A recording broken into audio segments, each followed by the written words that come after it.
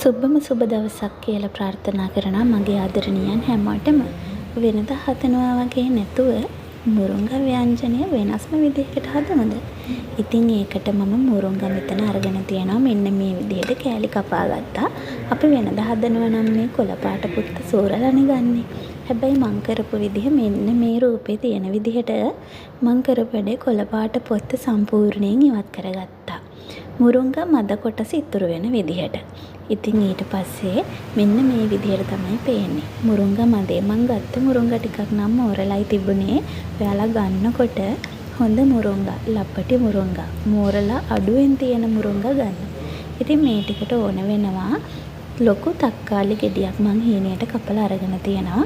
ඊට පස්සේ කුරුඳු පොත්තක්, සුදු ලුණු බික් 4ක් මං හීනයට කපලා ගත්තා.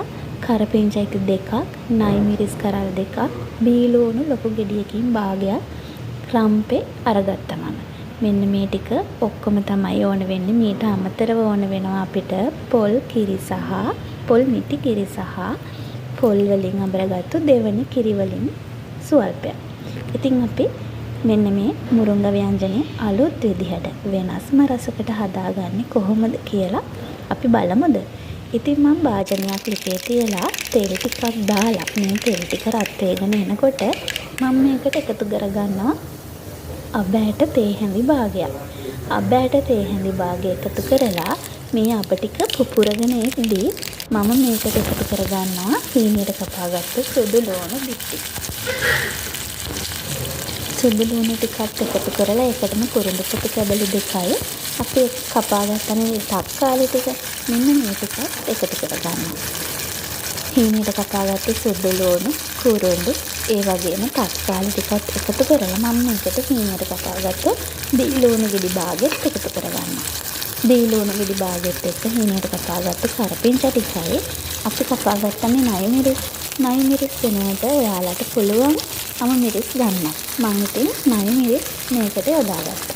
ඉතින් මේ ටික ඔක්කොම එකතු කරලා තෙලේ හොඳින් ටෙම්පරාදු කරගන්නවා. ටෙම්පරාදු සුවඳ එනකම්ම මේ ටික මම හොඳට තෙලේ ටෙම්පරාදු කරනවා. රම්පේ ටිකක් මම එකතු කරගත්තා. මේ ටික ටෙම්පරාදු වෙනකොට නම් ඉතින් ගොඩක්ම සුවඳයි. මේ ටික ටෙම්පරාදු කරගත්තට පස්සේ තමයි මම එකතු කරගන්නේ අපි අර මුරුංගා වල පොත්ත ඉවත් කරගෙන මුරුංගා මඩ කොටස තියනවානේ. අන්න ඒ ටික. වෙනදා ඉතින් සමහර අය කම්මැලිනේ මේ මුරුංගා පොත්තත් එක්ක කන්න. බත් ආප්පල් එකකට බඳින්නත් මුරුංගා ටික අමාරුයි. අරන් ගිහින් කන්න අමාරුයි.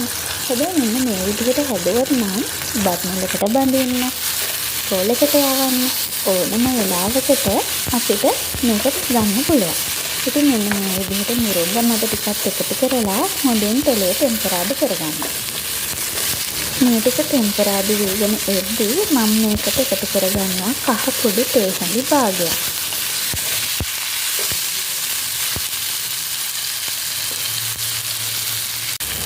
මිරිස් කුඩු තේ හැඳි භාගයකුත් මම මේකට එකතු කරගන්නවා. ඒත් එක්ක මම මේකට ලුණු තේ හැඳි භාගයක් එකතු කරගෙන මස්කාරු තේ හැඳි භාගයක් සහ බඩපු තුන පහ අවශ්‍යම නැහැ. තියෙනවා නම් එකතු කරගත්තට කමකුත් නැහැ. ඉතින් මේ ටික ඔක්කොම එකතු කරලා නැවතත් මම මේ මුරුංගා මඩ ටික හොඳට තෙලේ ටෙම්පරාදු වෙන්න තියනවා. අපි එකතු කරගත්ත ලුණු තේ හැඳි භාගය එන. ඉතින් මේක හැදීගෙන එද්දී අපි කිරිත් එකතු කරගත්තට පස්සේ අන්තිමම හැටි වගේ ලුණු රස මැද නම් අපිට අපේ රස පදමට අපිට ලුණු එකතු කරගන්න පුළුවන්. දැන් මේ ටික හොඳට තෙලේ ටෙම්පරාදු වෙලානේ තියෙන්නේ. ඉතින් මම මේකට දැන් එකතු කරගන්නවා පොල් කිරි වලින් දෙවනියට අඹරගත්තු කිරි වලින් ස්වල්පයක්. මුරුංගා මද ටික වැහෙන ගානට තමයි මම මේ ටික එකතු කරගන්නේ. මේ ටික එකතු කරලා තවත් හොඳට ටෙම්පරාදු කරලා මේ ටික කිරි එකතු කරාට පස්සේ පියනකින් වහලා මේ ටික හොඳට තඹ ගන්නවා මම මේ මුරුංගා මද ටික. මොකද මේ මං ගත්ත මුරුංගා ටිකක් මෝරලා තමයි තිබුණේ. ඉතින් ලපටි මුරුංගා ගත්තොත් නම් මේ තරමටම තැම්බෙන්න අවශ්‍ය වෙන්නේ නැහැ. මොකද මුරුංගා මද ටිකක් මෙලෙක් ගතියටනේ තියෙන්නේ. මෝරපු ඒ වගේ තමයි පොඩ්ඩක් විතර හයි ගතියක් තියෙන්නේ. හයිය ගතිය යන්න තමයි මේ ටිකට කිරි ටිකක් වැඩිපුර දාලා මම තඹ ගන්නෙ. ඉතින් ඊට පස්සේ මේ ටික පියනකින් වහලා තඹගෙන මෙන්න මේ ගානට ආවට පස්සේ මම එකතු කරගන්නවා මිටි කිරි ටික. මිටි කිරි ටික එකතු කරලා මේ ටික හොඳට උතුරව ගන්න ඕනි. පේනවනේ මේ මිටි කිරි එකතු කරගන්න කලින් ටික මෙන්න මේ ගානට වගේ තමයි තිබුණේ. මම දෙවෙනි කිරි එකතු කරගත්තට පස්සේ ඊට පස්සේ තමයි මම මිටි කිරි ටික එකතු කරගන්නේ.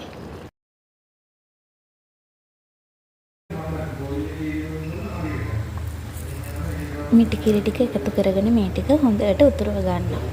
ඊට පස්සේ ඉතින් හොඳට උතුරව ගත්තට පස්සේ මම කරන්නේ උළුහාල් බැදලා කුඩු කරලා තියාගන්නවා. එහෙමත් නැත්නම් බැදපු උළුහාල් අත ටිකක් මේ හොද්දට මම එකතු කරගන්නවා.